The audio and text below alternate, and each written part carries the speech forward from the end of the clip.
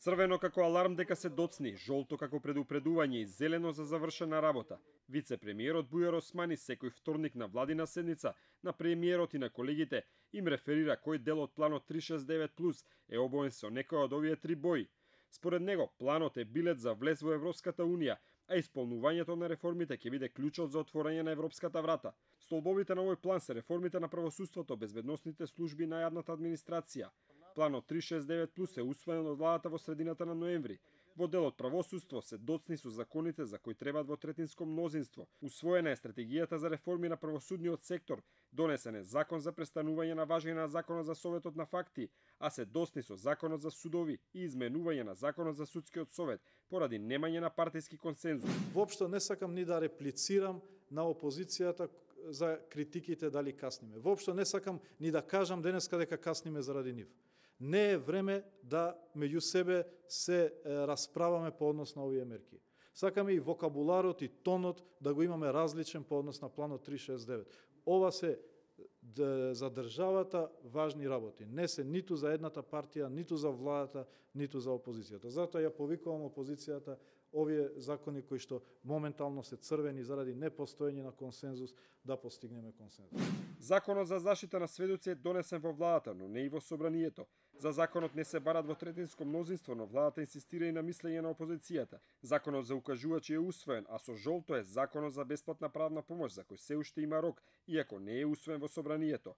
Усвоен е и законот за дополнување на законот за извршување на санкции. Во делот на собранието, исто така поради недостиг на политички консензус, се досни со работната група за реформи на собранието, која има за цел постигнување договор за измени во деловникот, а нема консензус ниту за носење на етичкиот кодекс за собранието. Во делот реформи на администрацијата, според Османи, завршена е најважната работа, а тоа е носење на стратегија за реформи во периодот од 2018 до 2022.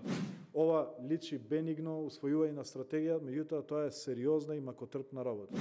Османи објаснува дека не се досни со реформите во делот борба против организираниот криминал, но не можеше да го каже истото и за изборните реформи. Дефинирање на план за реформи е тука се касни, бидејќи политичките партии не покажуваат се уште таков ентузијазам да навлезат во изборната реформа. Османи очекува дека и законот за јазиците наскоро ќе помине во собрание, со што вели дека голем дел од реформите во клучните сектори се исполнети. Нешто што и самиот претседател на Европската комисија Јункер го пофали при посетата во Скопје. Османи вели дека роковите се јасни и мора да се почитуваат, но мора да има и политички консензус. Како стигаме до април, ние мора да испрачаме. Извештајот нема да не прашува дали ние имаме разлики внатре. Извештајот ги гледа боите и квалитетот, да не мислите дека Европската Унија само техничкиот процес го гледа, туку и како се имплементираат во реалниот живот.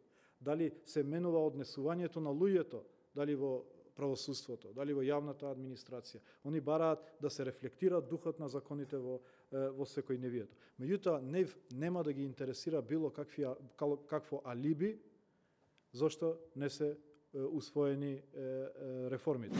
Владата размислува да ги донесе со просто мнозинство оние закони каде не е потребно двотретинско мнозинство, а кои се под закана за доснење, бидејќи се чека мислење на опозицијата. Сепак рацете им се врзани за оние закони каде е потребна согласност и на опозицијата.